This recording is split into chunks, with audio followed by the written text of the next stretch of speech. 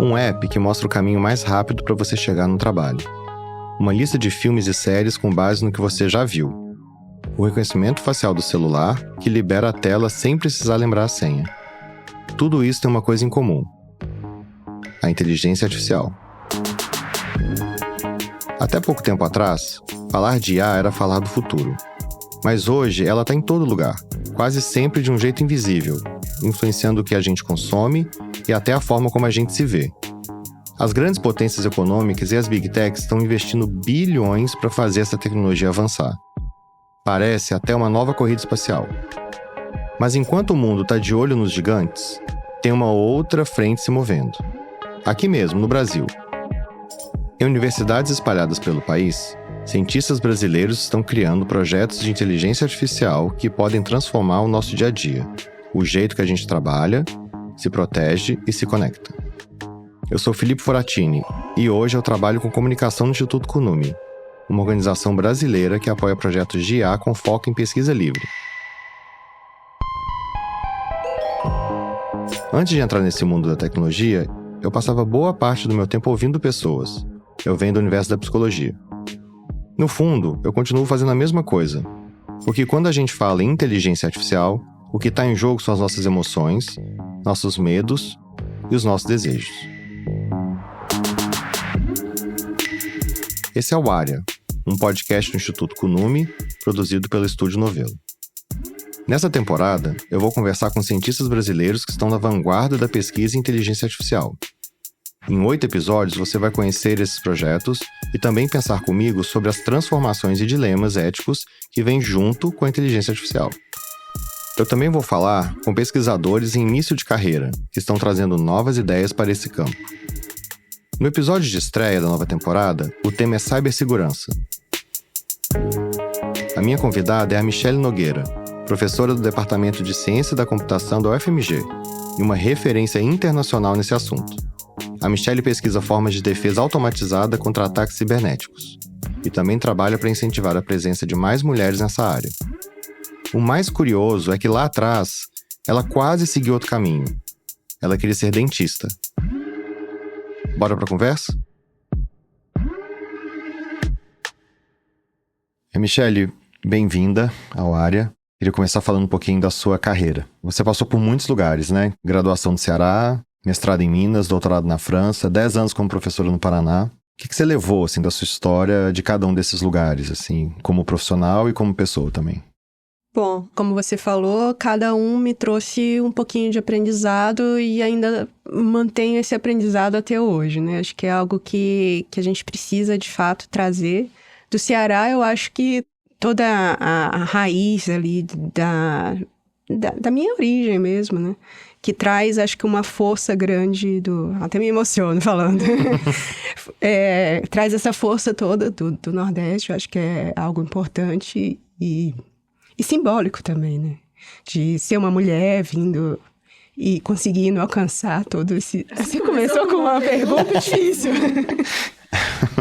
Não, trazendo, então, essa força que vem do Nordeste, eu acho que é algo muito representativo e que me impulsiona até hoje. Eu sinto isso, né? Apesar de ter essa força, você também tem toda uma história de se superar, né?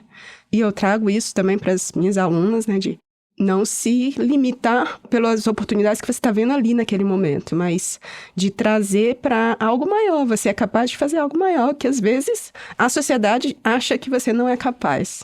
Então, isso é um ponto que acho que ali Ceará me trouxe, né? E quando eu vim para Minas, eu saio completamente do meu habitat, né? E uma perspectiva totalmente diferente, porque agora eu tenho que me reinventar dentro desse novo contexto. Antes você não era superação, era força normal, você estava ali no seu habitat e era algo natural. Mas quando eu vim para cá, eu não me sentia suficiente. E eu acho que não é o fato de ser Minas, qualquer outro lugar que eu fosse, iria ter um pouco dessa característica da síndrome de impostora que eu vejo também em muitas meninas passarem. A minha mente, ela me boicotava o tempo inteiro. Você não é suficiente, não é o seu lugar. Então, tinha aquela... A etapa de se superar, não é de se superar, de mudar a mentalidade para... Não, é sim também o meu lugar, pertenço aqui. E quando eu coloquei isso, mudei a forma de pensar, aí tudo fluiu. E aí você não parou aí, né? Não. Na sequência, eu fui fazer doutorado fora, na França, em Paris. A loucura de Paris nem se compara à loucura de Minas Gerais. E como a mentalidade era totalmente diferente, foi uma outra vibração. Bom, é um mundo completamente diferente, de pessoas de todos os lugares. Eu acho que o aprendizado ali foi você ter a cooperação com diferentes culturas. Você tinha pessoas do mundo inteiro, com religiões totalmente diferentes, com culturas totalmente diferentes, hábitos completamente diferentes do seu, que, querendo ou não, você vai ter que trabalhar junto, ter que colaborar, vai ter que coordenar atividades juntos. E quando eu voltei do doutorado, daí eu já voltei para o Paraná, fiquei como professora visitante no máximo 6 meses, passei no concurso e fiquei como professora e fui fazendo minha carreira. E a cibersegurança, assim, como é que isso entrou na sua vida? Teve alguma experiência específica de vida ou alguma professora ou professor que te inspirou a seguir esse caminho? É engraçado porque quando eu olho para trás, eu fiz o vestibular, eu não queria fazer nem consciência em ciência da computação, nunca imaginei fazer ciência da computação. Sempre tive muito mais afinidade com a área de exatas. Matemática, física, e eram as melhores para mim. Mas não sei porquê, queria fazer odontologia, então não era para eu estar aqui hoje. Era para eu estar num consultório odontológico e eu fiz vestibular para odontologia. Fui fazer minha inscrição no vestibular, na época só tinha uma universidade que eu queria entrar. Que era a Universidade Federal do Ceará. E no dia que eu fui me inscrever, minha família falou, olha, tenta outra também, tenta outras universidades. E eu falei, não quero essa. Mas, por via das dúvidas, vou fazer vestibular nessa outra, mas vou marcar aqui algumas opções que não são muito prioritárias, mas vou marcar. E na época tava faltando uma opção para eu decidir. Eu coloquei nutrição, uma outra que eu não lembro agora, a terceira, acho que eu vou fazer computação. E foi assim que eu acabei entrando na ciência da computação. Eu fiquei nos classificáveis da odontologia e comecei a fazer ciência da computação, vou ver o que dá e nunca mais saí. Quando eu entrei no curso, existiam algumas iniciativas voltadas à pesquisa, atividades complementares, que era um programa que o governo federal tinha pela CAPES, que era o programa PET, Programa Especial de Treinamento. Então, desde o 2º semestre, eu entrei nesse programa. E uma das atividades do programa era definir qual área que você gostaria de atuar em termos de pesquisa. E eu lembro que eu não tive dúvidas, eu quero fazer segurança. E foi ali que eu comecei a trabalhar com segurança. Desde então, todas as atividades que eu faço são relacionadas a essa área de cibersegurança. Falando em cibersegurança, esse é um assunto que começou a ser mais falado nos últimos 5, 10 anos. Como é que é para você explicar isso para as pessoas? Especialmente para quem não é da área e não entende os riscos que a gente corre com tantos dispositivos conectados. Hoje em dia, se você quer realmente estar seguro, né, como a gente brinca, tira o dispositivo da internet e fica sozinho. Porque a partir do momento que você liga no Wi-Fi, Bluetooth, qualquer um tipo de conexão, você está sujeito a uma série de vulnerabilidades. Começando pela coleta contínua dos nossos dados. Aqui nós estamos sendo monitorados. Eu falo A, amanhã eu tenho A, promoção de A toda hora. Amanhã eu quero fazer uma viagem X, tá aqui o roteiro inteiro para você. Quando você liga o dispositivo, você está sujeito. Quando você recebe um SMS ou uma ligação de alguém se passando por teu parente, porque está usando a voz clonada ali com uma IA, você está sujeito porque você está convivendo nesse meio que hoje em dia utiliza essas ferramentas. Então, não tem como fugir e nós estamos expostos a esses riscos a todo momento. Quem diz ou te garante que a empresa X não colocou algo que está fazendo uma exfiltração dos teus dados lá para o servidor dela e ela sabe tudo sobre você. Mas a grande maioria hoje prefere ignorar. Esses dias mesmo eu estava conversando com um colega e ele falava que não acreditava que os telefones conseguiam ouvir tudo que a gente falava. Eu falei, tudo bem, você pode não acreditar, mas acontece. Isso expandiu muito, né? São muitos níveis de ataque, né? Então, ataque a indivíduos, ataque a empresas e ataque a grandes instituições financeiras, né? A gente está vivendo isso no Brasil, né? Principalmente. Tem os ataques que são feitos usando AI generativa, né? Que estão mais complexos e tal, até de detectar. Claro, existem ataques, né? Que são muito sofisticados. E na literatura a gente fala de níveis de vulnerabilidades. Vulnerabilidade é qualquer fraqueza que eu tenho no meu sistema. Então, qualquer fraqueza que permita o atacante ir lá e tentar explorar e realizar um ataque. É como se fosse uma pirâmide, esses níveis de vulnerabilidade. Na base dessa pirâmide, nós colocamos as vulnerabilidades que são fáceis de serem exploradas. São vulnerabilidades que qualquer garoto que pegue um livro básico consegue explorar e atacar o sistema. Mas, ao mesmo tempo, quando a gente faz o paralelo com o ganho que o atacante teria se ele fosse atacar ou explorar aquela vulnerabilidade, é um ganho muito pequeno. Essa é uma pirâmide que associa isso com dólar, então seria questões de dezenas de dólares. Ou seja, os atacantes sérios, eles não estão interessados, porque a grande motivação hoje dos ataques ou é financeira, ou é de conhecimento no nível de propriedade intelectual, que vai acabar levando para o lado financeiro. Quando vai subindo nessa pirâmide, daí sim a coisa começa a ficar séria, porque já se está falando de milhões e depois bilhões em termos de danos que podem ser gerados com um possível ataque explorando vulnerabilidades naqueles níveis. E daí já são vulnerabilidades um pouco mais difíceis, são mais sofisticadas, mas ao mesmo tempo o que nós percebemos muitas vezes é que o ataque em si, ele não é tão sofisticado, ele passa por questões que envolvem pessoas.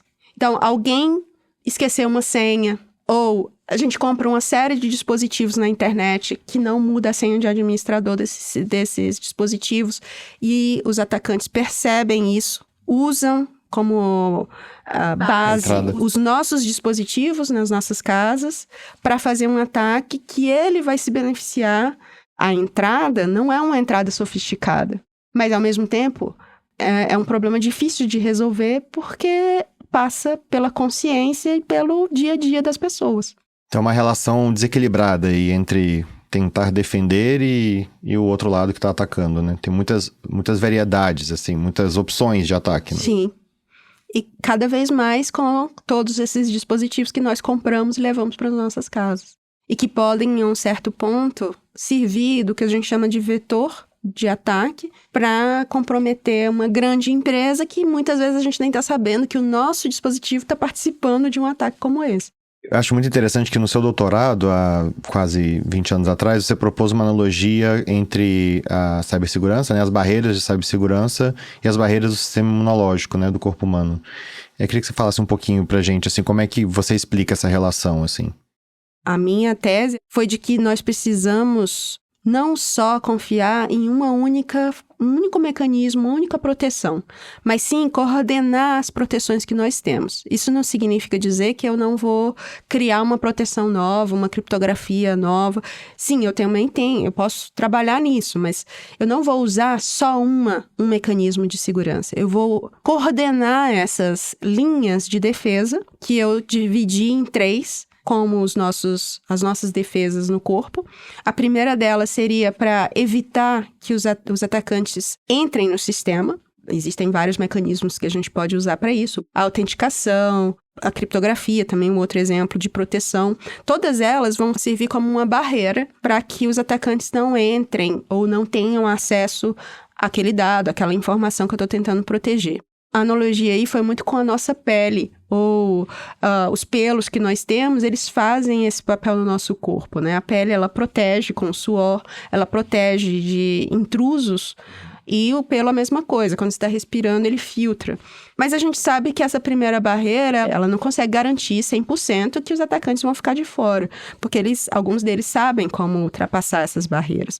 e é onde entra a segunda linha de defesa, ou seja, para aqueles que conseguirem ultrapassar essa barreira, nós temos que ter mecanismos dentro do sistema que vai detectar que aquilo aconteceu, que esses atacantes conseguiram entrar e atuar em cima deles. Então, eu preciso de um sistema de detecção de intrusão, de algum mecanismo que vai perceber esse comportamento e vai atuar em cima daquele intruso no meu sistema. Mais uma vez, fazendo paralelo com o nosso corpo, é o que os nossos anticorpos fazem. Claro, tem a primeira barreira, mas não é também suficiente para tudo. Vão ter vírus, bactérias que vão conseguir ultrapassar essas barreiras, principalmente novos vírus, novas e variações que vão acontecendo. Então, o nosso corpo utiliza desses anticorpos ali para atuar em cima daquele antígeno, daquele intruso e tentar neutralizar o mais rápido possível. Mas, mais uma vez, a gente sabe que não consegue proteger de tudo. E dentro da ideia da tese, eu trouxe uma outra camada, que seria uma terceira camada de mitigação dos efeitos do ataque. Eles têm algumas técnicas de replicação, de espelhamento dos sistemas. Ou seja, eu tenho um sistema primário, uma cópia dele, porque caso aconteça um problema aqui, eu consigo usar o outro que não está comprometido. Então, essas técnicas de mitigação ou tolerância a ataques, elas serviriam ali, mas a gente sabe que elas serviriam por um tempo. Ela não consegue ficar para sempre. Então, a ideia seria ter essas 3 linhas de defesa, mas elas teriam que ser coordenadas e adaptativas para que quando chegasse nesse ponto de atuação da mitigação, eu já tivesse algo que tentasse adaptar a primeira ou a segunda linha de defesa para eles bloquearem esses ataques lá naqueles níveis e não chegar no nível da mitigação em si. E é exatamente nesse ponto da coordenação e da adaptação que a gente precisa da inteligência, que é o que a gente vem buscando no nosso grupo, que eu chamo de inteligência de segurança. Eu preciso entender o meu sistema, eu preciso adaptar em tempo real tudo que está acontecendo. E foi aí que a gente começou a trabalhar mais especificamente com IA para cibersegurança, nessa busca de criar essa inteligência que vai coordenar esses mecanismos e atualizá-los, adaptá-los em tempo real ali acontecendo e funcionando. E aí a gente começa a falar um pouco do projeto que a gente está desenvolvendo com o FMG e a CNUME, né? Isso. Então, assim, tem esse objetivo, né? Trazer um pouco essas defesas, talvez de uma forma mais rápida e autônoma, usando IA, né? Uhum. Então, tecnicamente falando, como que isso funcionaria na prática? Tudo precisa acontecer em tempo real. O que é o tempo real? Eu tenho o meu sistema funcionando e eu preciso adaptar as regras do meu firewall porque aconteceu um ataque desse jeito, nesse comportamento, nesse momento, e eu preciso que toda a engenharia ali, toda a engrenagem funcione de forma coordenada para atuar sobre aquele evento que está acontecendo.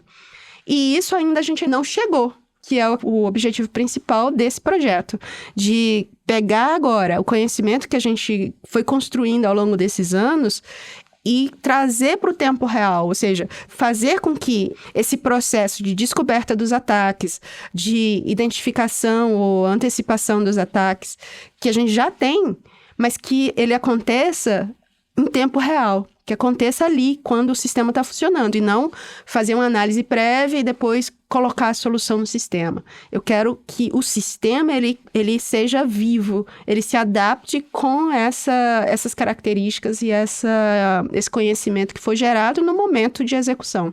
E que legado que você espera que esse trabalho deixe? Qual que é o objetivo final?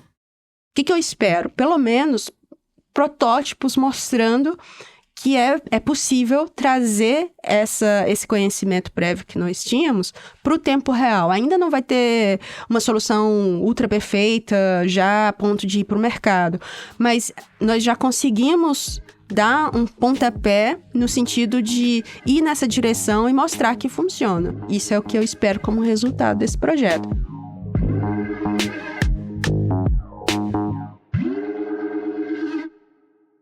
Michele, você começou os estudos em ciência e computação, né, assim, na virada dos anos 90, né? Então, assim, tem muito menos diversidade, né? Como é que era esse sentimento em relação a isso na época? Existiam outras mulheres na sua turma? Nossa turma entraram 50 alunos, né? Dos 50, só 5 eram mulheres. E se formaram 2. eu e mais uma outra amiga minha que hoje já nem tá mais entre nós. Na minha turma de mestrado, acho que de 20 pessoas que entraram, 2 eram mulheres. Eu e uma outra que hoje é professora da Universidade Federal do Amazonas. Então, sempre esse percentual muito baixo. O que eu tenho visto é um aumento desse percentual, mas ainda assim ele é bem reduzido. Alguns anos atrás, eu estava dando uma palestra e uma pessoa de gerações anteriores, ela mencionou que no começo da ciência da computação era o inverso. E eu não sabia disso. Era uma área que não era muito visada, então as meninas ou mulheres tinham acesso para trabalhar. E a partir do momento que a área começou a ficar mais importante ou relevante na sociedade, elas foram perdendo espaço. A minha visão é essa, de sempre minoria em relação às mulheres. E isso não acaba aí, principalmente quando a gente vai galgando posições mais elevadas. Eu nunca sofri nenhum tipo de preconceito ou qualquer discriminação por ser mulher. Na minha graduação foi muito bem integrada com os meninos. E, na verdade, em toda a minha carreira profissional, é óbvio, tem situações que você chega numa sala, numa reunião, e você percebe uma certa diferença, mas eu acredito também que não que as mulheres tenham que se transformar em homens para serem aceitas nas reuniões, mas existe uma linguagem que é necessário, né, você seguir para ser ouvida. Existe uma forma de falar, uma forma de se comportar que tem um impacto no meio que você se encontra. E se esse meio é um meio majoritariamente masculino, pelo menos, né, a gente precisa entender esse comportamento, imaginando que nem não fosse questão de gênero, mas entender o meio para você poder se inserir e ter as suas ideias colocadas. Então, não vejo exatamente como uma questão de gênero, mas uma questão cultural. É uma questão realmente de entendimento, né? Então, sim, existe ainda hoje uma diferença grande. Acho que tem tido muito incentivo nesse sentido de mudar o quadro. Eu não acredito que cota ou que formas forçadas de você mudar esse quadro surtam efeitos a longo prazo sustentáveis. Eu entendo que é importante ter esses incentivos para começo, mas também tem o outro lado das próprias mulheres, de como construir a sua identidade ali sem se perder individualmente dentro desse processo. E eu não sei se você se vê assim, mas com certeza você é hoje uma inspiração para várias outras mulheres que estão entrando na ciência da computação e também nessa área específica de cibersegurança. E você tem um grupo, o METS, né? Mulheres de Exatas em Cibersegurança. E queria entender um pouco mais, assim, quantos alunos você tem hoje? Você já ouviu algumas delas falando sobre, né, como o seu trabalho inspirou de alguma forma e como que isso bate aí para você? A proposta inicial era essencialmente trabalhar com meninas do ensino médio e ensino fundamental, mostrando para elas que é possível fazer cursos no ensino superior nas áreas de exatas e particularmente em cibersegurança. Então, nós temos apenas de meninas, né, do ensino fundamental e médio, 35 meninas. Essas meninas, muitas vezes, elas não tiveram contato algum com segurança.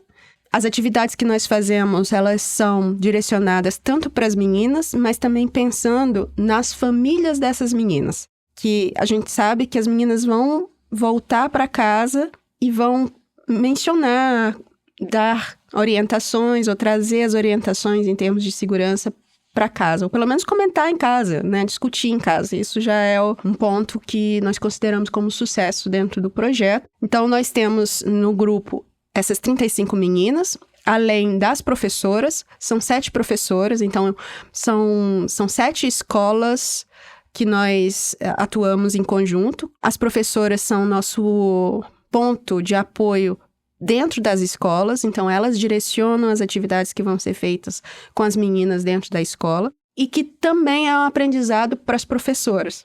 As professoras, muitas delas são de matemática ou de física, e elas estão aprendendo junto com o projeto Hoje mesmo, uma das professoras me mandou uma mensagem dizendo: olha, muito legal ter esse projeto, porque a gente está aprendendo muito com cibersegurança. E na universidade, também nós temos as meninas envolvidas no projeto, que me ajudam desde da divulgação do projeto, mas também com as atividades, com os webinars que nós organizamos, com os eventos que nós organizamos. O que eu fiz foi dividir cada uma numa posição para elas começarem a ter habilidades que não sejam só técnicas. Então, elas têm a oportunidade de trabalhar com marketing, com gerenciamento do projeto em termos de finanças, com a questão de preparação de eventos, né? E ter todas essas habilidades é importante para elas também no futuro. A gente fez um evento na UFMG recentemente que nós agrupamos todas elas. E foi muito legal de ver. Foi a primeira vez que muitas entraram no campus da universidade e elas ficam com aqueles olhos brilhando. Então, aquilo dá uma motivação grande para continuar com os projetos. E um outro ponto importante, que eu acho que também é um dos objetivos desse projeto, que é mostrar para elas que não é só consumir, não é só elas consumirem a educação. É mostrar que elas podem ser protagonistas do futuro. Criar uma startup, fazer algo relacionado à cibersegurança que vai, de fato, movimentar a sociedade como geral, né? Não só esperar que tenha oportunidades, que tenha uma vaga de emprego naquele ponto específico. E essa é a mudança de mentalidade que eu acho que a gente precisa focar mais. Depois do intervalo, a Michelle explica por que ela acha fundamental ter uma política pública para regulamentar a cibersegurança. E você também vai conhecer a trajetória de Lígia Borges, uma jovem pesquisadora que faz parte do grupo da Michelle e que também se dedica a promover mais diversidade na computação. A gente já volta. Nesse intervalo, deixa eu aproveitar para te falar um pouquinho da Kunume. Somos um instituto de ciência e tecnologia que apoia projetos de inteligência artificial com foco em pesquisa livre. Mais de 200 pesquisadores fazem parte dessa rede em laboratórios de universidades em vários estados brasileiros.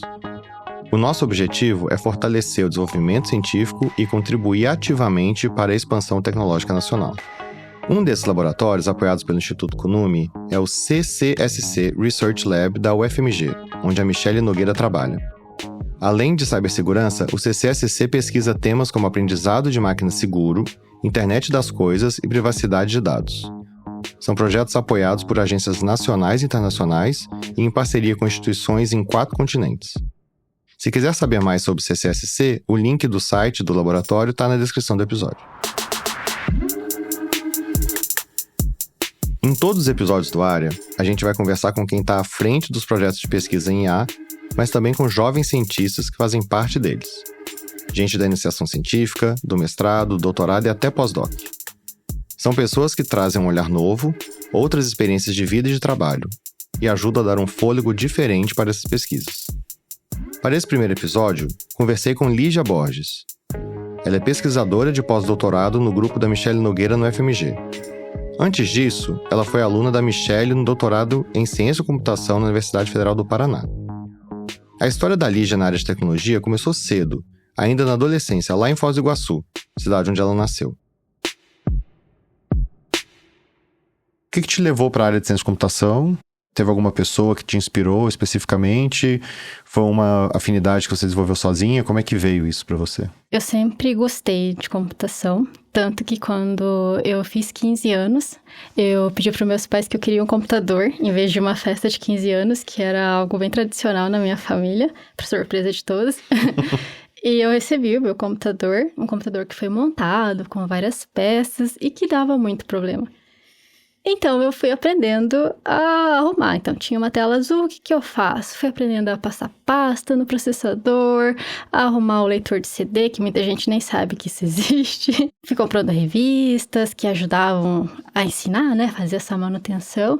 E depois disso, eu comecei a fazer cursinho de montagem de computadores, cursinho de web design, e isso tudo na adolescência, né? Uhum. Então, aí eu fiz já um primeiro site para alguém da família, era a pessoa que fazia as manutenções dos computadores da família, então, assim, eu comecei lá, eu sempre gostei, então eu já sabia que eu queria seguir nessa área de computação desde cedo.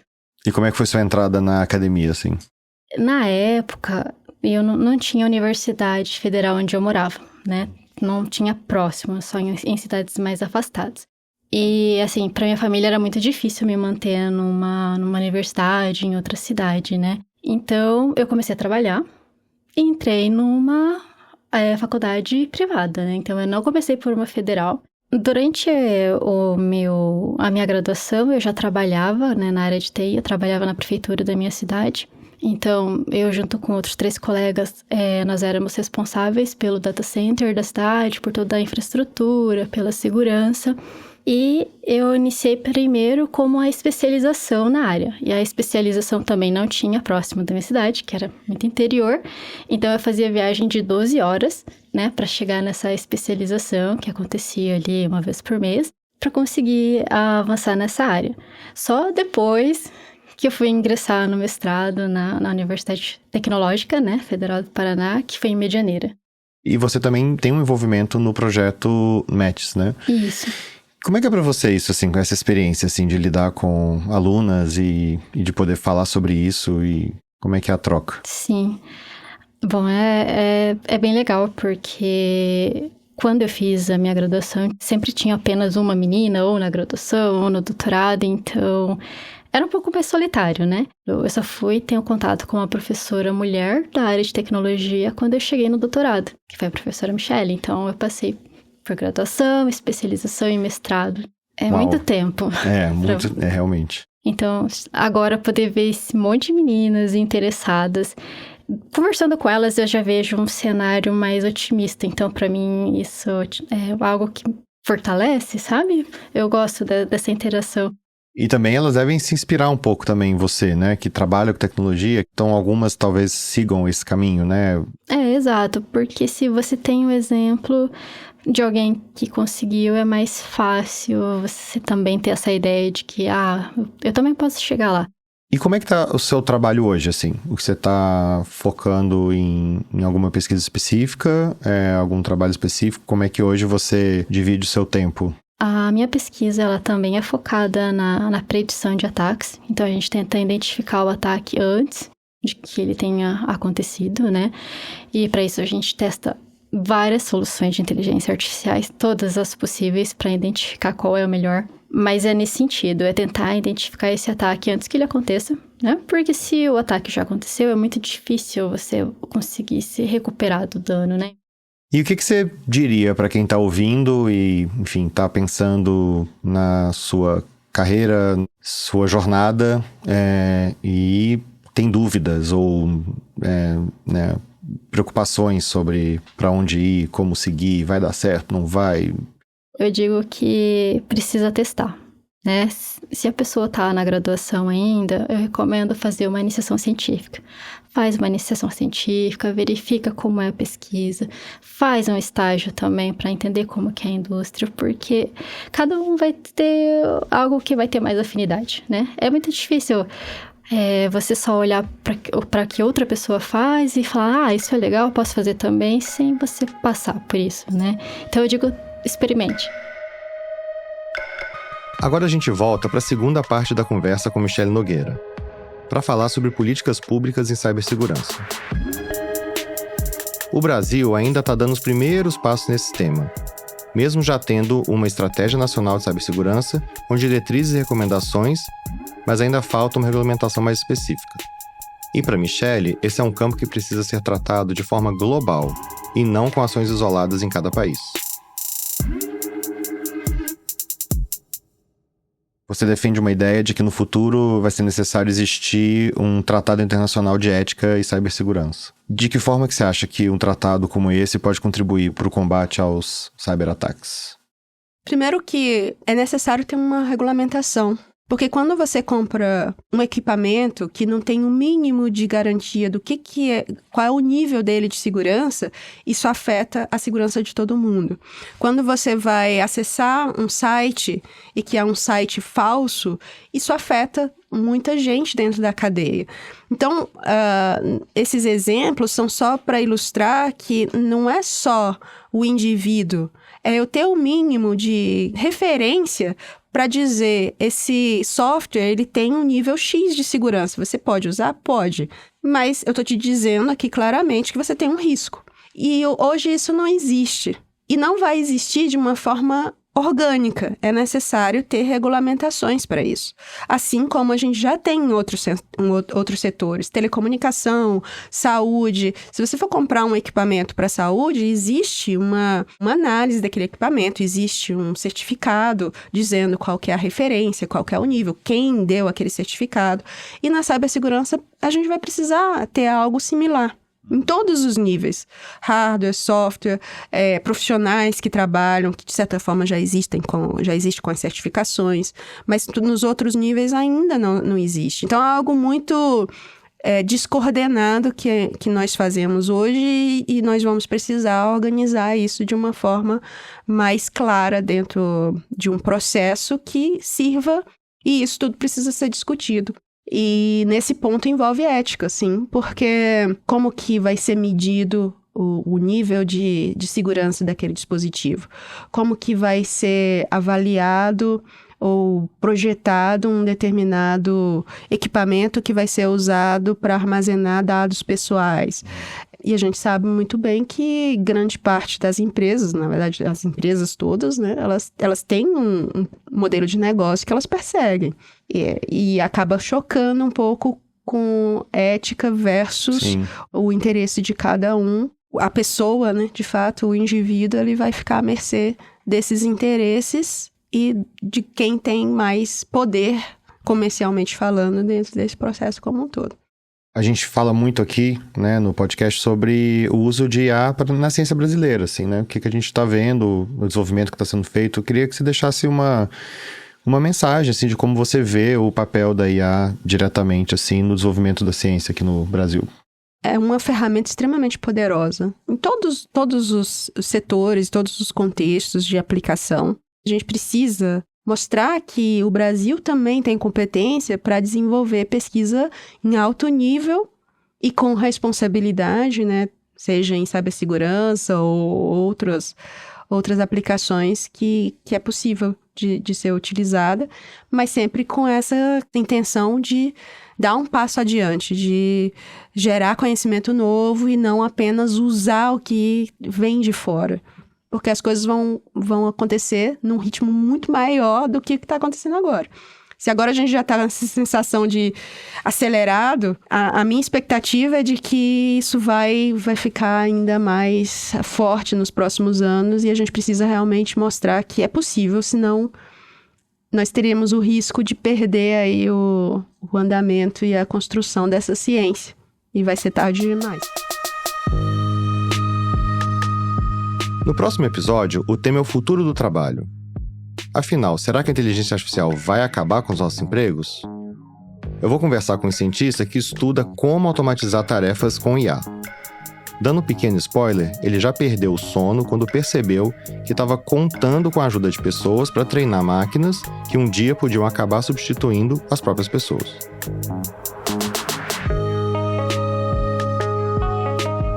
O Ar é um podcast do Instituto Kunume, produzido pelo Estúdio Novelo, e está disponível em todas as principais plataformas de áudio e também no YouTube. Siga o podcast para não perder nenhum episódio. A pesquisa e roteiro são de Leonardo Aquino. O tratamento de roteiro é do Vitor Hugo Brandalize, e a produção é da Ashley Kauf. A montagem desse episódio é da Evelyn Argenta. A sonorização e mixagem são da Mariana Leão e da Júlia Matos. A trilha sonora original é da Estela Nesrini. A direção de locução é do Rodrigo Alves. Nós gravamos as entrevistas desse episódio no estúdio Vila BH, em Belo Horizonte, e a locução no estúdio Raço, no Rio de Janeiro. A direção executiva do Estúdio Novelo é da Marcela Casaca. A gerência de parcerias é da Luísa Saad. E a gerência de produto é da Juliana Jäger. A coordenação de produto é da Bia Ribeiro, que também faz a distribuição dos episódios, com apoio da Isabel de Santana. A identidade visual é da Ardi Design. A gente agradece ao time de identidade e de parcerias do Instituto Kunume. Eu sou o Felipe Foratini e te encontro no próximo episódio. Até lá!